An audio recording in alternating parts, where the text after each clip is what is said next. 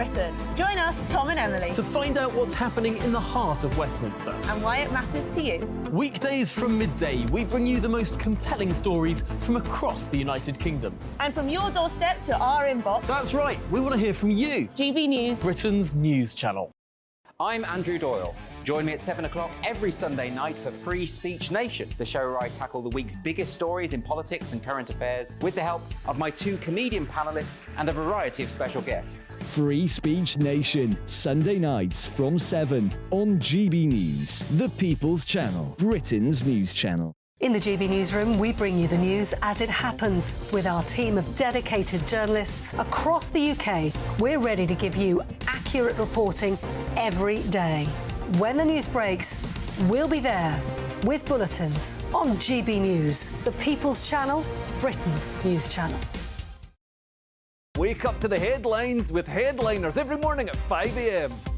We treat you to the day's biggest stories before anyone else, 7 days a week. You can catch up on everything you need to know before you've even had your kippers.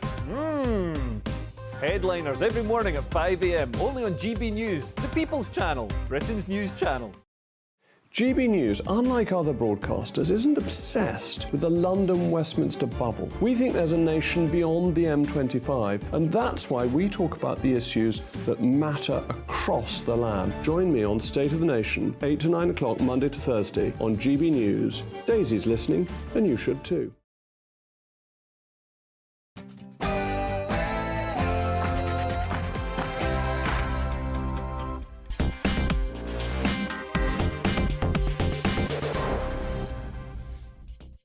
Good evening, good to be back. Now, is Sir Simon Clarke right when he says if Rishi Sunak stays on as PM and leader of the Tory party, well, they are headed for electoral catastrophe? But also look at the Migration Advisory Committee, the great and the good, who are now telling us that anybody that crosses the English Channel who's waited 6 months for an application should be able to work. We'll have a look at New Hampshire, where Trump scores another extraordinary victory, yet Nikki Haley says she's staying in the race. I can't quite work out why. And are we seriously considering a return to conscription if hostilities break out with Russia? Would people really join? Would it include women? More questions, I think, with that than answers. But before all of that, let's get the news with Polly Middlehurst.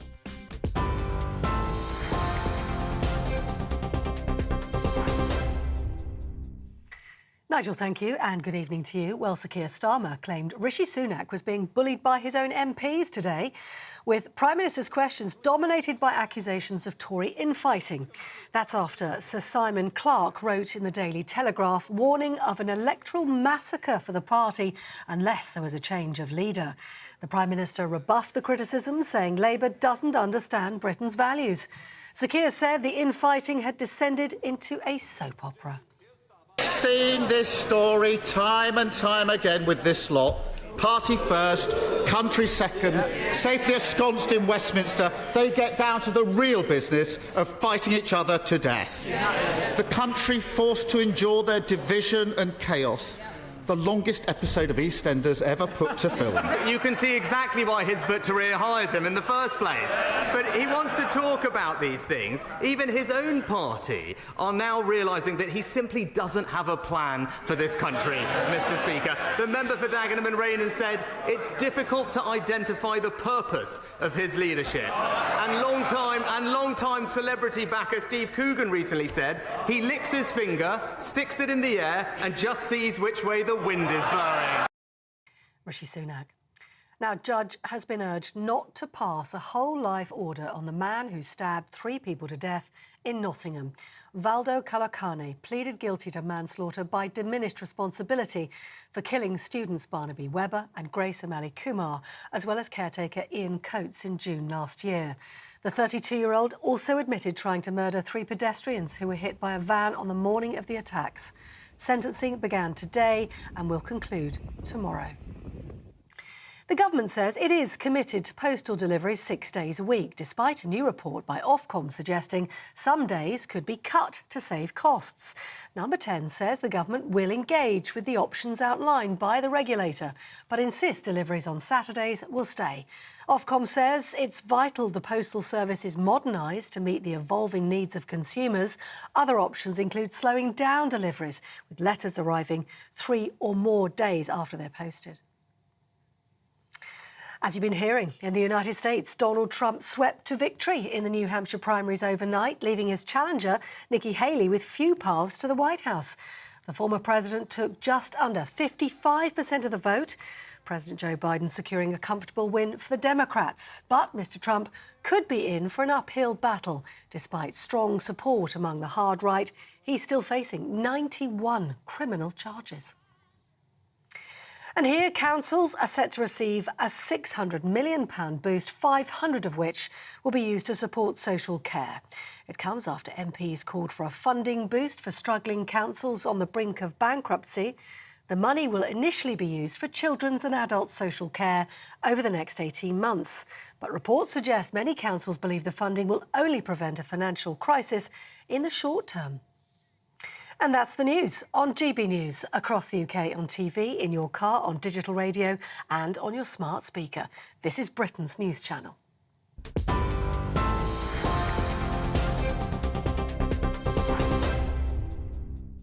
Good evening. The ability of the Conservative Party to self-obsess knows no bounds. They've been putting us through it for what looks like years. And the latest bombshell to hit came late last night. Sir Simon Clarke, former cabinet minister, writing a piece in the Daily Telegraph. And one of the things he says is the unvarnished truth is that Rishi Sunak is leading the Conservatives into an election where we will be massacred. But if that wasn't bad enough, he added a couple of paragraphs later, if Nigel Farage returns to the fray, as looks increasingly likely, extinction is a very real possibility for our party. Now, if you look at Rishi Sunak's personal ratings, you'll find they are now dire. In fact, it is a pretty extraordinary state of affairs when my personal approval rating with 2019 Conservative voters is literally double that of the Prime Minister, and I haven't even been a member of the party for 30 years, which shows you just how much trouble they're in. So my question to you, the audience at home, is Sir Simon Clarke right? Is he right that staying on with Sunak means inevitable electoral disaster for the Conservatives? I want your thoughts on that, please. Farage@gbnews.com. However, there is a practical problem here. You see, it's all well and good for David Davis to come out and for Priti Patel to come out and say, look, stop being silly, grow up, stop being self-indulgent, get behind the leader. But privately, they must know themselves. They must know themselves that things are going terribly, terribly wrong. And then we've got Lord Frost and this extraordinary operation where a series of polls are being carried out. No one quite knows who's funding them, but poll after poll pointing to electoral disaster. Even one poll out today suggesting that a new leader who pursued generally populist Conservative policies could even win the next election. So there is a bit of a plot afoot to get rid of Sunak. But I wonder whether anybody else will break cover in the way that Simon Clarke has. I'm not sure at this stage, actually, that they will. And can we put up with yet another leadership election? Can we put up with yet another Conservative Prime Minister? Would it make them look a complete and utter laughingstock? Well, I don't quite know the answer to that. What I do know is I believe that Simon Clarke is right. I think Rishi Sunak, he might be very good if he was your family accountant or working in the company, looking after the books. He might be quite reliable. I don't doubt for a minute that he's honest and decent. I don't doubt any of those things. I also think intellectually, he's probably, in IQ terms, the brightest Prime Minister we've had for some considerable period of time. But he doesn't connect with ordinary people in any way at all. Whether it's not knowing how to use a credit card to tap at a petrol station, whether it's walking into a pub and pretending to have a drink with the locals, he just doesn't do ordinary folk. He can't mix with them, he can't speak to them, he can't connect with them, and with him, the red wall is completely and utterly gone. And that's without even discussing where he stands on policy and the endless false promises he keeps making to the electorate. I think Simon Clarke is right. I think under him, they are headed for electoral disaster. Well, I'm joined by David Maddox, political editor of The Express Online, and indeed by Henry Hill, deputy editor of Conservative Home. Henry, you are very, very close to the pulse, the thought process of those to whom the Conservative Party really matters. They are headed for disaster, aren't they? Oh, yeah, absolutely. If you look at the polls, you have to go back, I think, to 2021 to find a poll where they were ahead. You have to go back to autumn 22 to find a poll where they were only a single digits behind, and they now have less than a year to go until the election. The number 10 hopes there will be some narrowing over the course of the year, and you can sort of see why. Over the summer there'll be less pressure on fuel bills, there'll be less pressure on the NHS. Depends on the Red Sea. Maybe. Yeah. Well, this is it. Yeah. So they hope things will recover a bit, but from here, there's nothing in recent British history to suggest you can win. I think the only poll rating I can think of that's collapsed that much was Theresa May's in 2017, where she at one point was leading Labour 50 points to 25. But that's a kind of mistake only the government can make. And Sir Keir Starmer has shown no sign that he's going to do anything remotely as brave as trying to sort of fix social care. So no, they are cruising for an election disaster. David Maddox, your readers, the most Brexit newspaper. Yeah. They want you to come back. That's interesting. They do. But I mean, having said that, your readers overwhelmingly voted for Boris Johnson in 2019. How great is the sense of disenchantment? Well, I know you slightly disagree with me on this, but I think that we will look back in not so long time after the inevitable Conservative disaster that's coming down the road and realise that the ousting of Boris Johnson was a historic mistake as far as the Conservative Party was concerned. Yes, they were slightly behind in the polls, so 5 points behind in the polls, but he was the only person who could connect with a new voting base.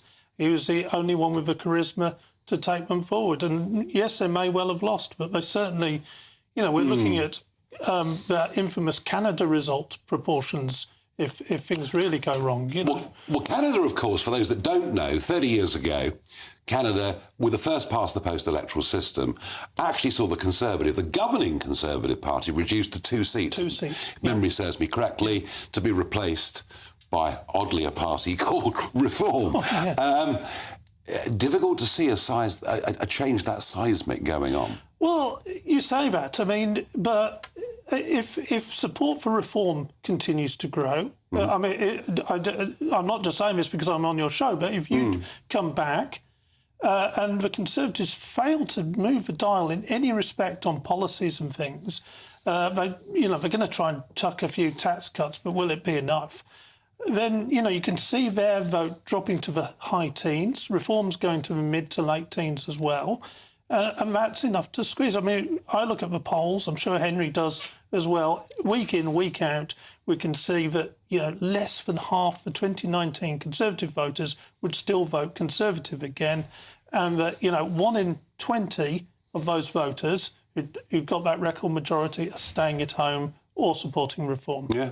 Would it be credible, Henry, would it be credible to have yet another leader? Or is Clarke right in saying, he spoke to the BBC today, he said, look, the chap that shouts iceberg is never very popular, but it doesn't mean that it's the wrong thing to do. And I kind of got the logic of what he was saying there.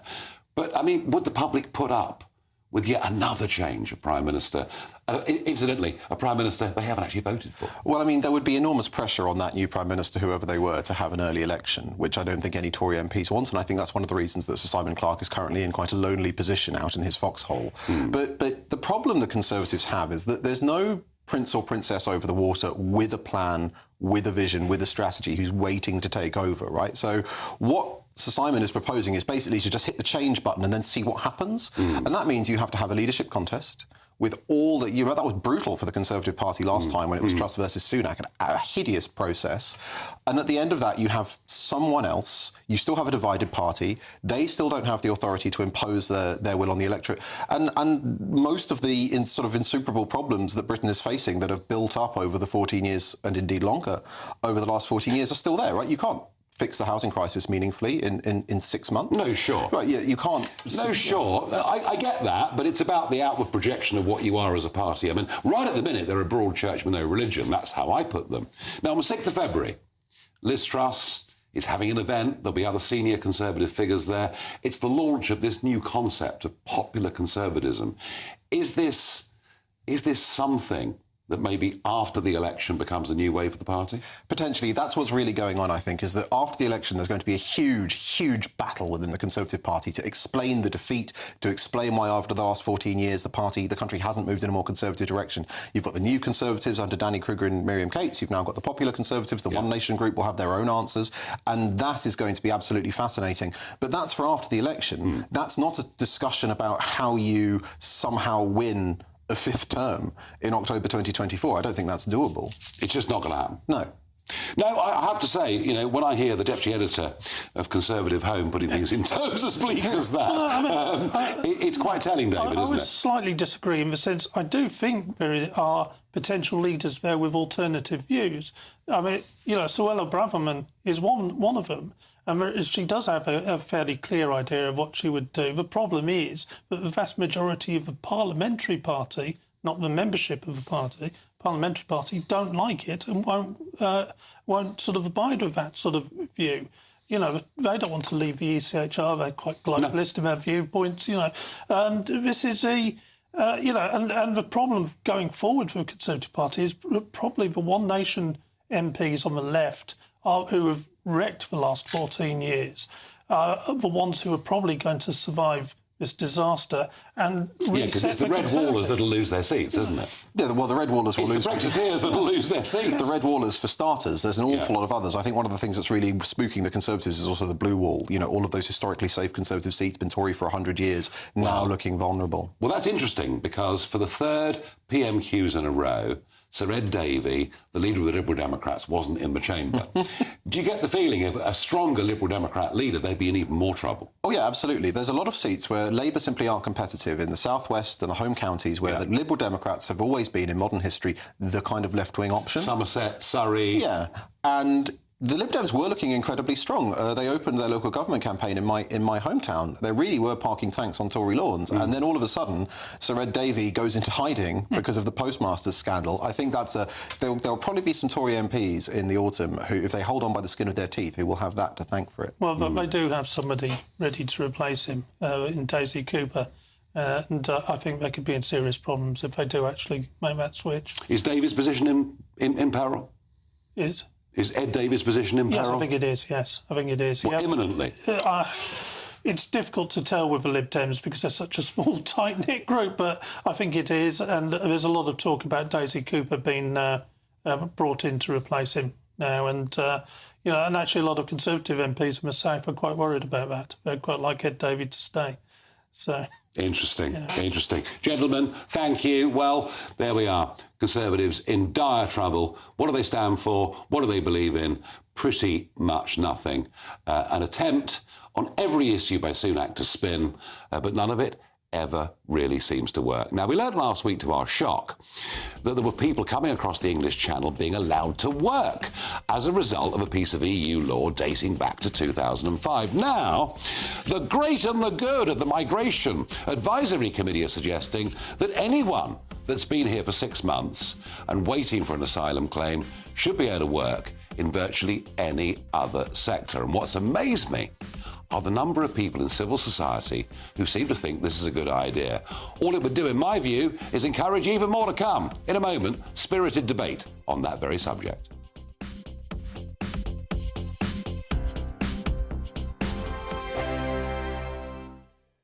I'm Christopher Hope. And I'm Gloria DiPiero, bringing you PMQ's Live here on GB News. Every Wednesday, we'll bring you live coverage of Prime Minister's questions when Rishi Sunak and Sir Keir Starmer go head-to-head in the House of Commons. We'll be asking our viewers and listeners to submit the questions that they would like to put to the Prime Minister, and we'll put that to our panel of top politicians in our Westminster studio. That's PMQ's Live here on GB News, Britain's election channel.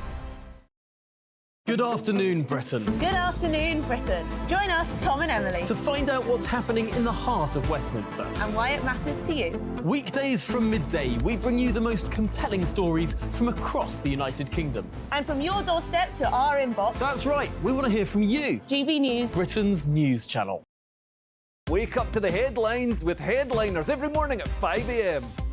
We treat you to the day's biggest stories before anyone else, 7 days a week. You can catch up on everything you need to know before you've even had your kippers. Headliners every morning at 5 a.m. only on GB News, the People's Channel, Britain's news channel. GB News, unlike other broadcasters, isn't obsessed with the London-Westminster bubble. We think there's a nation beyond the M25, and that's why we talk about the issues that matter across the land. Join me on State of the Nation, 8 to 9 o'clock, Monday to Thursday, on GB News. Daisy's listening, and you should too. In the GB Newsroom, we bring you the news as it happens. With our team of dedicated journalists across the UK, we're ready to give you accurate reporting every day. When the news breaks, we'll be there with bulletins on GB News, the People's Channel, Britain's news channel. Big news, big debates, big opinion.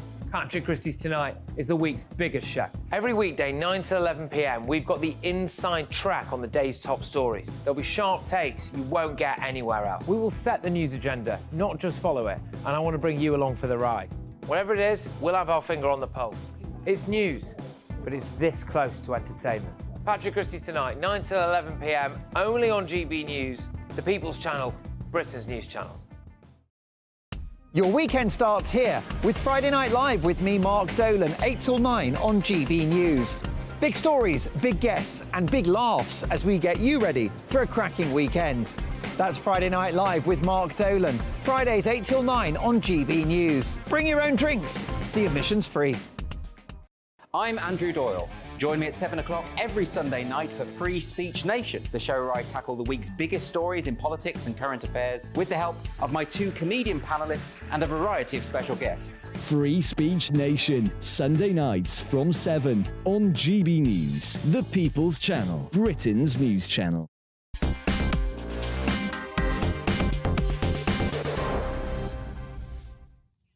Well, some of your thoughts at home. Is Simon Clarke right when he says if Rishi stays on as PM, they are headed for electoral catastrophe? Jackie says yes. If Rishi is PM, the Conservatives will be wiped out. We hate backstabbers and will not vote for them. Jackie, I suspect, very much a Boris loyalist from the tone of that message. Terry says it does not matter who the Tories put in. They are toast. They have let our country down and lied. I think that last word, Terry, it's a very, very strong word, and it's not one we use a lot in British politics. But I think there is a sense, I think there is a feeling that 2019 manifesto was telling a Brexit voting public what they wanted to hear without ever genuinely wanting to carry it out. And Judy says, what's to lose at this point? Might as well have a final throw of the dice before the election. Well, that's kind of, I think, what Simon Clarke is saying. Now, last week, the story broke that up to 16,000 people who'd illegally entered the country had been working. And it all went back to a 2005 European Union directive that in fact overrode what the Blair government at the time wanted. That's my understanding of it. And this all came out through an FOI that had been put in by the Telegraph newspapers. And I thought there was going to be a considerable degree of outrage over it. But no, far from it.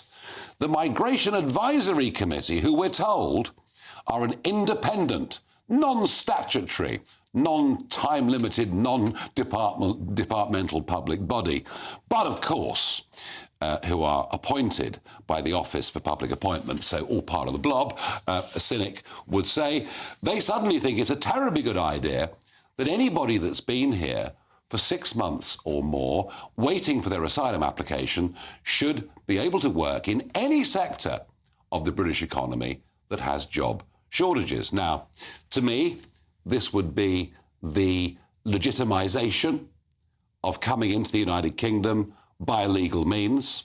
It's the kind of thing that gets proposed in America, and indeed certain American states do have amnesties for those that have come illegally. And all you do if you go down that route, all you do, in my opinion, is you encourage more people to come illegally. But it is a very, very contentious topic, and certainly it is one that is worthy of debate. I'm joined by Maxwell Marlowe, Research Director for the Adam Smith Institute, and Fadi Farhat, Senior Legal Consultant at Gulbenkian and Donian Solicitors.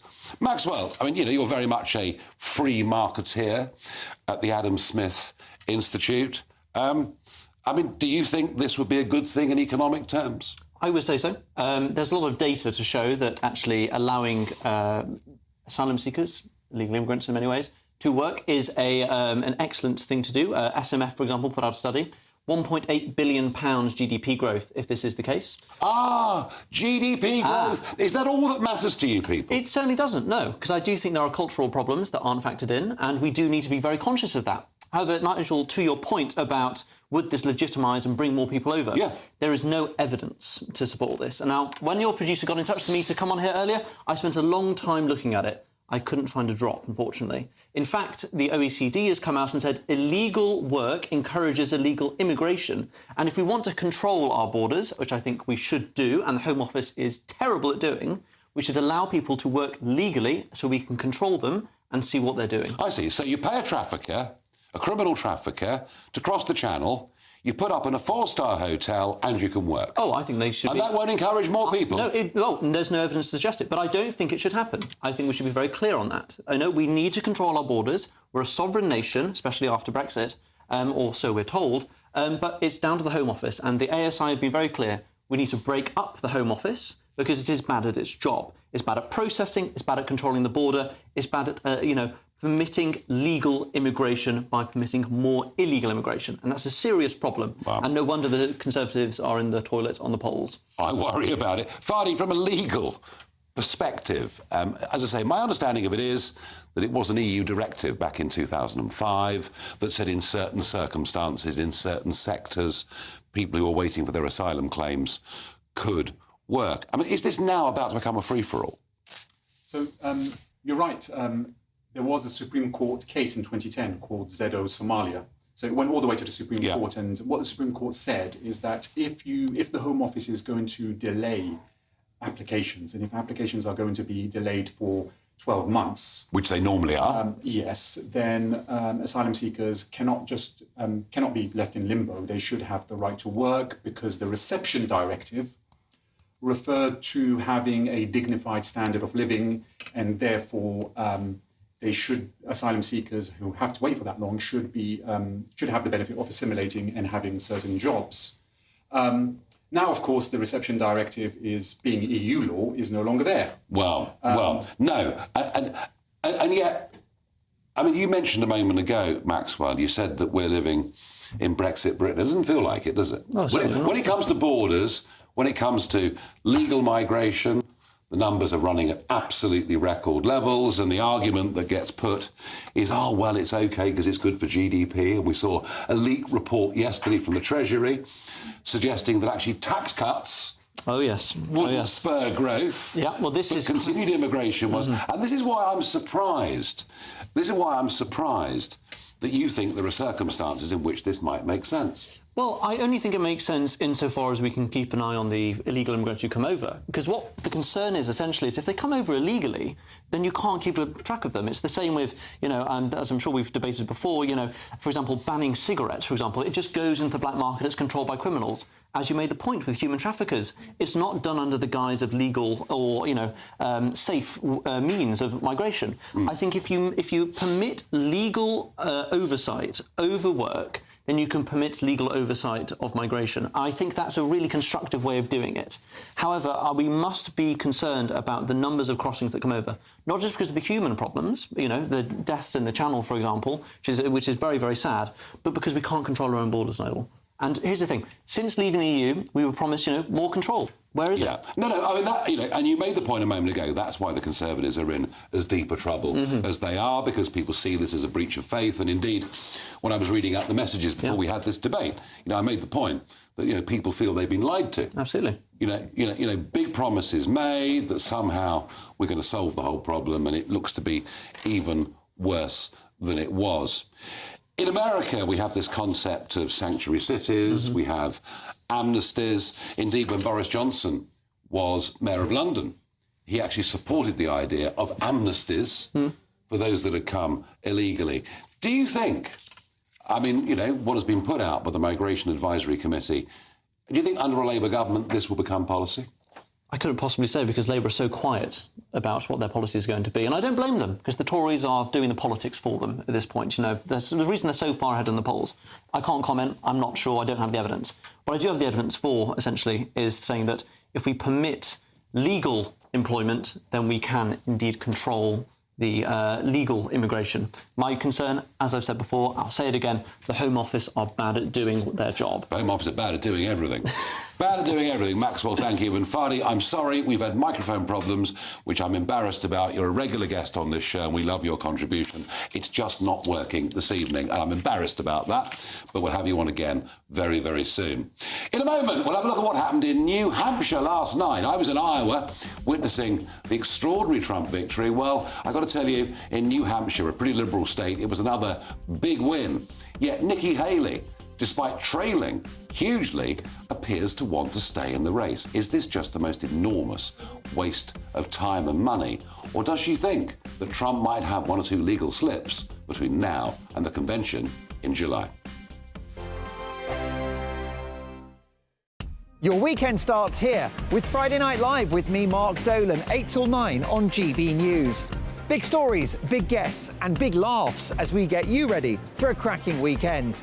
That's Friday Night Live with Mark Dolan. Fridays 8 till 9 on GB News. Bring your own drinks. The admission's free. Wake up to the headlines with headliners every morning at 5 a.m. We treat you to the day's biggest stories before anyone else, 7 days a week. You can catch up on everything you need to know before you've even had your kippers. Headliners every morning at 5 a.m, only on GB News, the People's Channel, Britain's news channel. In the GB Newsroom, we bring you the news as it happens. With our team of dedicated journalists across the UK, we're ready to give you accurate reporting every day. When the news breaks, we'll be there with bulletins on GB News, the People's Channel, Britain's news channel. Big news, big debates, big opinion. Patrick Christie's Tonight is the week's biggest show. Every weekday, 9 to 11 p.m, we've got the inside track on the day's top stories. There'll be sharp takes you won't get anywhere else. We will set the news agenda, not just follow it, and I want to bring you along for the ride. Whatever it is, we'll have our finger on the pulse. It's news, but it's this close to entertainment. Patrick Christie's Tonight, 9 to 11 p.m, only on GB News, the People's Channel, Britain's news channel. Good afternoon, Britain. Good afternoon, Britain. Join us, Tom and Emily, To find out what's happening in the heart of Westminster. and why it matters to you. Weekdays from midday, we bring you the most compelling stories from across the United Kingdom. And from your doorstep to our inbox. That's right, we want to hear from you. GB News, Britain's news channel. GB News, unlike other broadcasters, isn't obsessed with the London-Westminster bubble. We think there's a nation beyond the M25, and that's why we talk about the issues that matter across the land. Join me on State of the Nation, 8 to 9 o'clock, Monday to Thursday, on GB News. Daisy's listening, and you should too. I'm Andrew Doyle. Join me at 7 o'clock every Sunday night for Free Speech Nation, the show where I tackle the week's biggest stories in politics and current affairs with the help of my two comedian panellists and a variety of special guests. Free Speech Nation, Sunday nights from 7 on GB News, the People's Channel, Britain's news channel. GB News is Britain's news channel, and now you can support it. All you have to do is scan that QR code that's up on your screen right now, or you can go to gbnews.com/support and become a GB News member. You'll have fantastic benefits. We're also going to organise special events where you as GB News members can meet the presenters, the on-screen faces. Scan the QR code or go to gbnews.com/support. Thank you so much.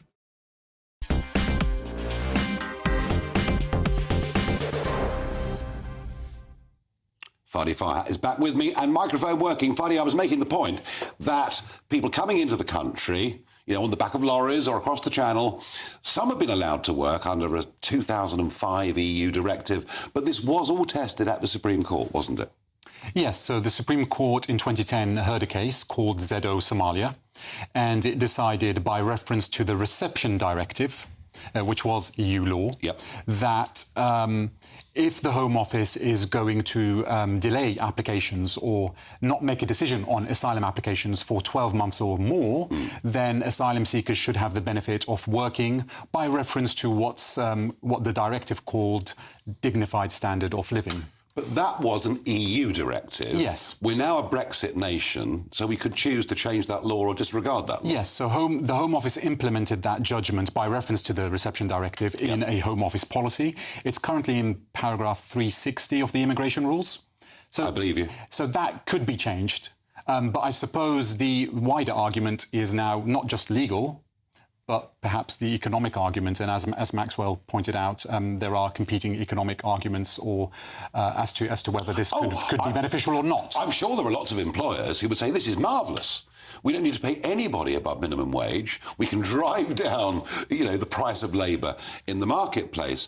My concern is it would lead to more people being directly incentivised to come into the country. Legally, there's nothing through ECHR, etc., that would interfere with this. Not directly. You would have to. So the Reception Directive was quite explicit. Yeah, but we can deal with that. So that yes, and the 1951 Refugee Convention doesn't actually have a right to work for asylum seekers. It's only at the stage when they're recognised as refugees that there is a right to work. But that's when they've been given refugee status. In terms of the ECHR, I would suspect that if there were to be a very long period of delay, it might need to be more than 12 months. Yeah. So never mind the 6 months that currently is being proposed, but it would probably need to be 12 months or more, not the current proposal, which is an economic proposal. Yeah, I think this is an area where we're not hemmed in by ECHR. We're not hemmed in, as you say, with the 51, agreement. Or if we are, it's not evident. It doesn't fly off the page as such. We can deal with this ourselves. We're just not really doing it. Thank you very much indeed, Fadi, for joining us. Now, last night in New Hampshire, another victory for Donald Trump. This was never going to be as easy as Iowa. Here he was in his mini victory speech. You know, we won New Hampshire 3 times now. Three. We win it every time. We win the primary, we win the generals, we've won it, and it's a very, very special place to me. It's very important. Well, a very happy Donald Trump. And Nikki Haley, despite being 10 points behind, well, I guess that's less than 30, as it was in Iowa, but still seemed keen to fight on. Falling all over themselves, saying this race is over. Well, I have news for all of them. New Hampshire is first in the nation. It is not the last in the nation.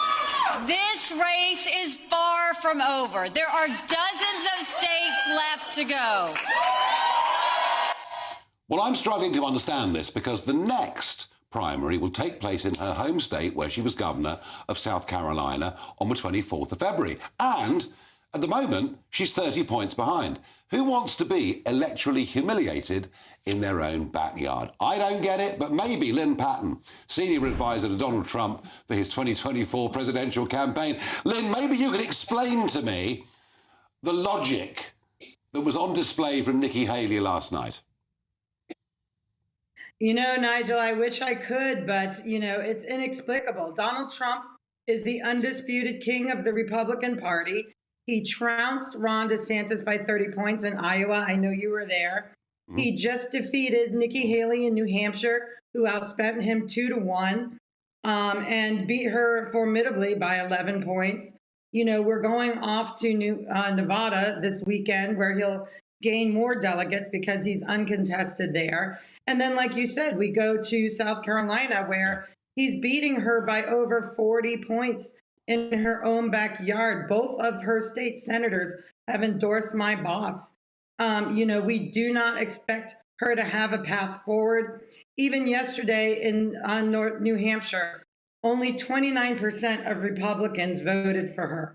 The majority of her votes came from unregistered, either Democrats or undeclared.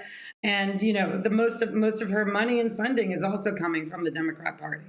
Yeah, but that's an oddity, of course, with New Hampshire, is that it wasn't just registered Republicans that were voting in the primary, but still a very emphatic win for Trump.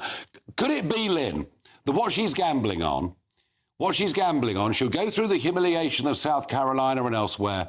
What she's gambling on is that between now and the convention in July, that Donald Trump's legal difficulties take him out of the game. Is that what she's thinking?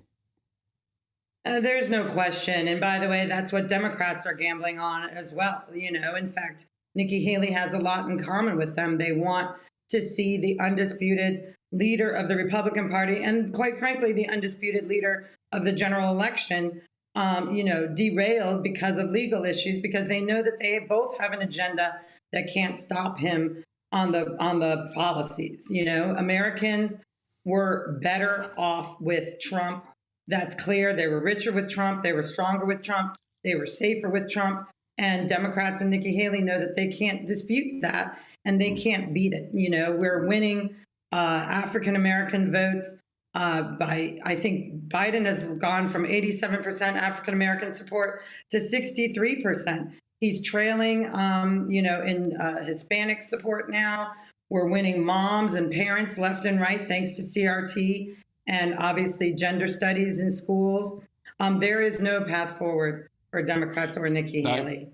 No, Lynn, thank you for joining us. And I have to say, being in Iowa and having spent a lot of time, you know, in close proximity to Donald Trump, I've never seen him look so confident in all the years that I've known him. So, yeah, he's in good shape. Lynn, thank you very much. He's electric.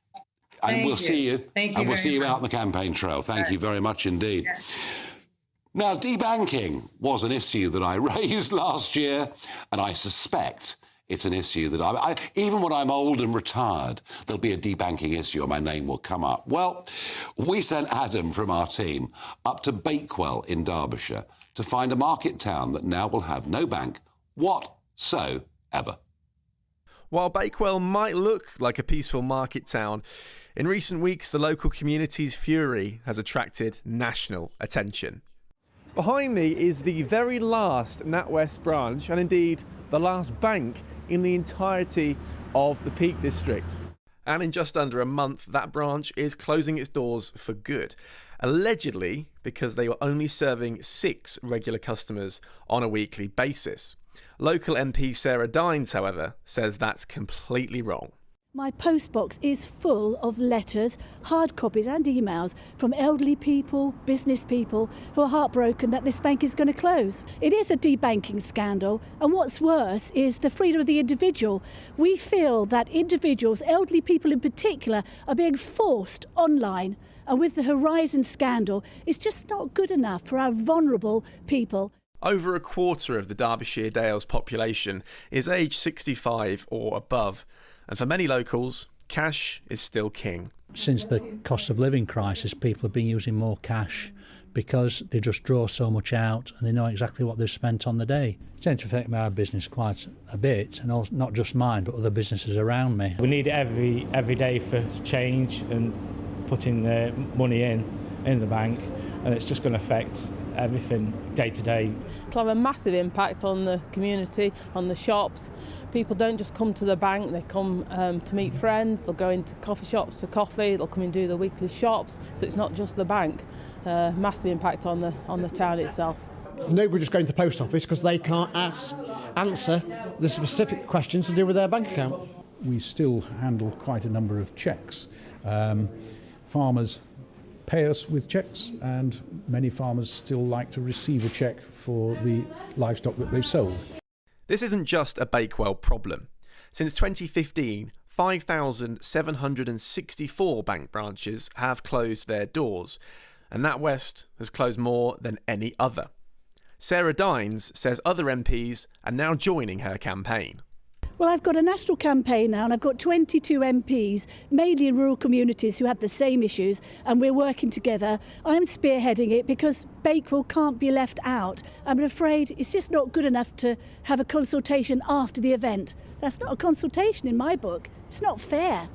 Shared banking hubs are intended to plug the gaps, but with just 24 of the planned 76 currently operational, branches are closing far quicker than the hubs can keep up.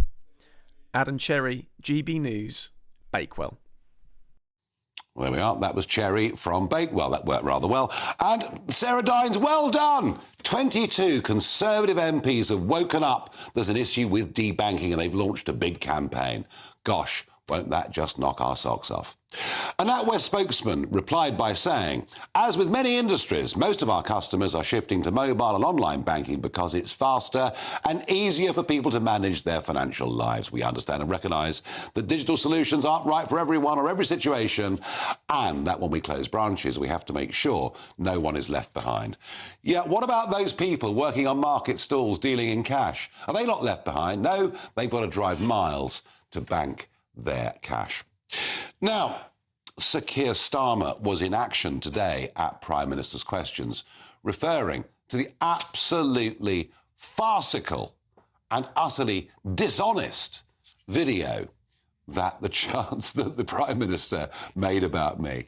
And here he was saying, hi, Nigel, like you, I'm really concerned about the levels of immigration. He didn't say, I only let in 750,000 people yesterday. He got hoaxed, and we can all get hoaxed in public life. But the thing that really got me down was him pretending that he's worried about levels of legal migration. Please give me a break. Here was Sir Keir at PMQs, hitting back. I was glad to see that he managed to get some time off yesterday afternoon to kick back, relax and accidentally record a candid video for Nigel Farage. The only thing missing from that punishing schedule is any sort of governing or leadership. So was he surprised to see one of his own MPs say that he doesn't get what Britain needs and he's not listening to what people want? Prime Minister. Mr. Speaker, he talks about what Britain needs, what Britain wants, what Britain values. This from a man who takes the knee, Mr. Speaker, who wanted to abolish the monarchy, who still doesn't know what a woman is, and who just this week, one of his front benchers said that they back teaching divisive white privilege in our schools, Mr. Speaker. Looking at his record, it's crystal clear which one of us doesn't get Britain's values. Well, it's the usual Punch and Judy show, but I did quite enjoy the reference that Sir Keir made to me in the video. And at the mention of my name, Sunak did not look a happy bunny, did he? Now, the Chief of the General Staff has suggested that because the Army and our services are now so puny, that if we get into a conflict with Russia, we might need to bring back conscription. But does that really work? I'll be joined in a moment by former SAS trooper Phil Campion. I'll ask him, would everyone sign up to it? And would it include women as well? It seems to me this raises more questions than answers. Join us every night on GB News at 11 p.m. for Headliners, which is 3 top comedians going through the next day's news stories, which is exactly what you need, because when the establishment has gone crazy, you need some craziness to make sense of it. Headliners. You don't have to bother reading the newspaper. We've got it covered for you. Every night at 11 p.m. and repeated every morning at 5 a.m. We won't send you to sleep like some of the other paper review shows out there. So join us 11 p.m. every night on GB News. The People's Channel, Britain's news channel. Tired of the usual focus-tested, pre-prepared Westminster runaround? Well, so am I. So you want higher taxes? Is your department to blame for this? Are you rethinking this policy? Every Sunday at 9:30, I'll be sitting down with those in power to get the truth about the issues affecting you. Let's be honest, we've known about the cost pressures of this project for years, not months. That's the Camilla Tominey Show, a politics show with personality. On GB News, the People's Channel, Britain's news channel. I think the most exciting bit for me is talking to people. People who I think are ignored often by the major news channels. We're going to give news they want to hear. There's a voice there that needs to be heard. I think there's a chance here for a diversity of opinion to be expressed, which you don't find elsewhere. It's really exciting. We don't hold back. We're free to say how decisions that are taken here affect us all around the country. Only on GB News, the People's Channel, Britain's news channel. Good afternoon, Britain. Good afternoon, Britain. Join us, Tom and Emily, To find out what's happening in the heart of Westminster. and why it matters to you. Weekdays from midday, we bring you the most compelling stories from across the United Kingdom. And from your doorstep to our inbox. That's right, we want to hear from you. GB News, Britain's news channel.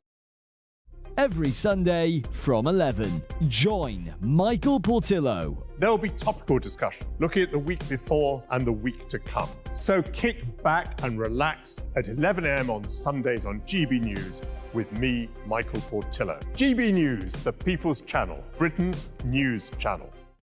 Your weekend starts here with Friday Night Live with me, Mark Dolan, 8 till 9 on GB News. Big stories, big guests, and big laughs as we get you ready for a cracking weekend. That's Friday Night Live with Mark Dolan. Fridays 8 till 9 on GB News. Bring your own drinks. The admission's free.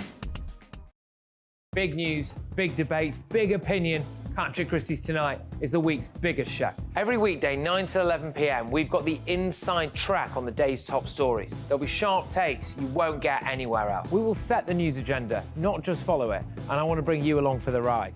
Whatever it is, we'll have our finger on the pulse. It's news, but it's this close to entertainment. Patrick Christie's Tonight, 9 to 11 p.m, only on GB News, the People's Channel, Britain's news channel.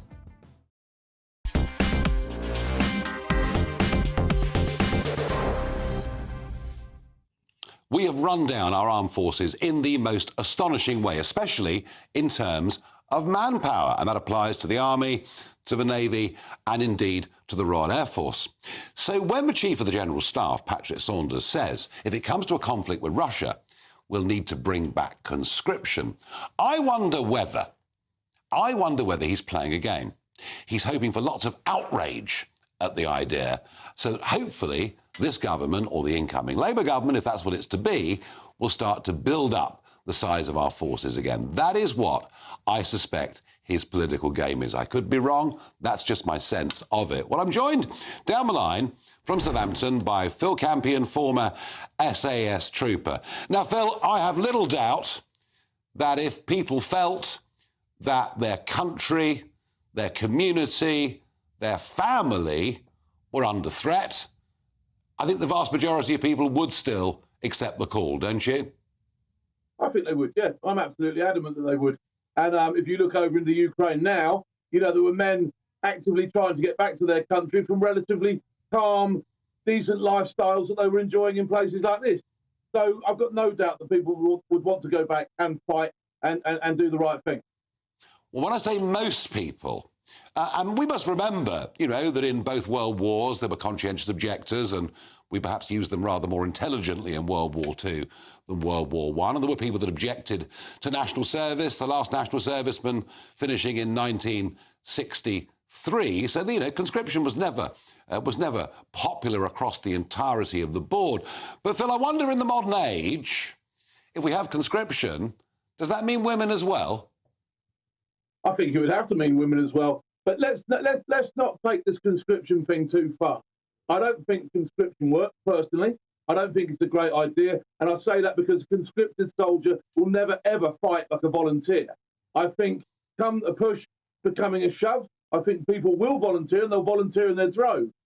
I think where we need to be, what the General's message really was, you've let us down. You haven't spent any money on us, and you're cutting things left, right and centre. You need to seriously put your hands in your pockets, rebuild this army so that if a push does become a shove, we're in a position where we can accept and train and progress forward. And in the meantime, if there's to be any community training whatsoever, we should be pushing values and standards into schools and giving young people something to put a bit of pride around them in this country. Would it be helpful, Phil? I mean, the Territorial Army now, of course, rebranded the Army Reserve. We don't hear much emphasis in terms of advertising or recruitment for that. Indeed, I don't hear much about cadet forces available for young people around the country. Would that be perhaps a good way of getting more people up to some level of military training? A superb way, Nigel. And basically what they did was, during these last periods of conflict that we've had, they rebranded the TA into the reserves, and they did a tremendous job, and they brought them up on par with the regular army. But because we're now post-war, we're not even post-war anymore, we're almost pre-war, okay, these levels need to be attained to again. You know, we've still got a very large cadet force who do extremely well for us. And there'll never be any shortage of young people who are willing to answer the call. But the government are the ones that need to spend the serious money to make sure that we can facilitate anything that goes wrong. It would be foolish not to.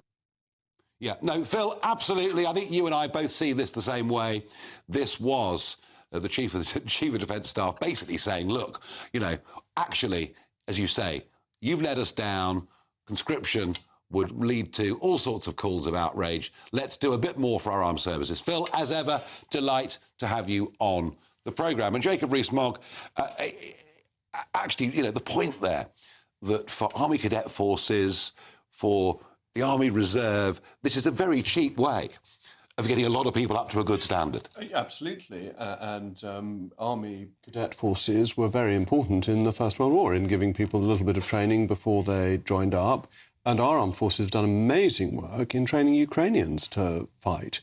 And they've been able to help Ukraine get a force that is of fighting strength and capability that has held the Russians off in a way that nobody expected when this war started. There's more we can do. And Jacob, what are you going to be discussing tonight on the show? Well, inevitably about Sir Simon Clarke and his article in the Telegraph he's right, today. Isn't he? No, he's not. You're headed for disaster. Too late to save him. In vain they tried. His life was England's glory, his death was England's pride. Those were the words said of Sir Gordon, General Sir Charles Gordon of Khartoum so rather when he died. Yes, go down in flames. I think the point is too late, that we can't change again. We've changed too much. And Tories now have to buckle down, support their leader and follow Conservative policies. So like Gordon of Khartoum, go down to defeat, but do so with British dignity. Yeah, you mustn't take a jolly quotation too far. It didn't end too well for Gordon of Khartoum. Gordon was a great hero, and statues put up for him all over the empire. I mean, there's still a statue of him in Melbourne. Well, yes, he was an extraordinary figure. Extraordinary man. So it's too late to do anything. Stick with it. See how you go. A change would be worse unless you're throwing your hat into the ring. Well, I think your party wouldn't have me, Jacob. You know, I mean, I think I'm... No, it can't be. I mean, the Conservative Party would never have me. I believe in small state and low taxes and free enterprise, and Jacob does, but his party doesn't. Anyway, let's have a look at the weather. Looks like things are heating up.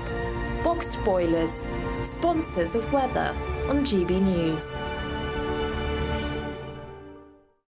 Good evening, welcome to your latest GB News weather update with me, Annie, from the Met Office. Thursday's going to be another mild day, quite a cloudy one though, with rain particularly across western areas. That's as this weather front is approaching throughout tonight from the south and west. It's a warm front, so it will bring milder air, and ahead of it we do have a ridge of higher pressure, so that's settling things down. So a clear and crisp evening for many northern and eastern areas. We'll see some mist and fog starting to develop, low cloud on the hills as well, and it will be a chilly night for many northeastern areas. We could see a touch of frost by tomorrow morning.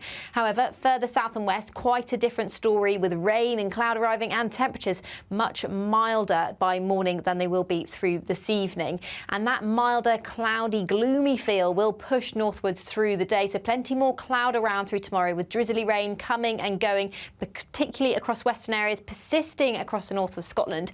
More southeastern areas will stay largely dry, but you couldn't rule out some drizzly rain from time to time. But everywhere we'll see this southerly breeze bringing that milder air, so another fairly mild day for the time of year on on Thursday. Some blustery rain will sweep across the country on Thursday night, perhaps clearing just through the first few hours of Friday morning in the south and east, but many areas, once that clears, will see a dry and fine day with more sunshine on the cards too. However, in the north and west, there will be more in the way of showers. So plenty of sunshine for Friday. Should stay dry into the weekend, but sunshine will be at a bit of a premium. See you later. A brighter outlook with Box Solar, sponsors of weather on GB News.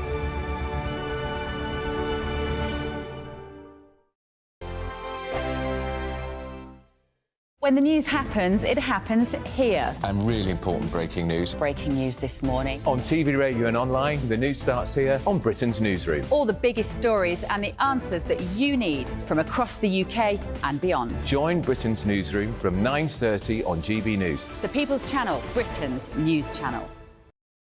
Have a great Saturday night with me, Leo Curse, on the Saturday Night Showdown. It's a crazy world out there, so come and make fun of it with me, my panel of comedians, and a couple of people who actually know what they're talking about. The Saturday Night Showdown is your front row ticket to the clown show every Saturday, only on GB News, the People's Channel, Britain's news channel. Your weekend starts here with Friday Night Live with me, Mark Dolan, 8 till 9 on GB News. Big stories, big guests and big laughs as we get you ready for a cracking weekend. That's Friday Night Live with Mark Dolan. Fridays 8 till 9 on GB News. Bring your own drinks. The admission's free. Now then, Lee Anderson here. Join me on GB News on my show, The Real World, every Friday at 7 p.m. I'm not eating bloody cat. Are you Delicious. mental? Open your mouth. OK, here comes a train. Reminds me of the scene in Singing in the Rain. Adam, is that a good one? Whoa! Join me at 7 on GB News, Britain's news channel. Good afternoon, Britain. Good afternoon, Britain. Join us, Tom and Emily, To find out what's happening in the heart of Westminster. and why it matters to you. Weekdays from midday, we bring you the most compelling stories from across the United Kingdom. And from your doorstep to our inbox. That's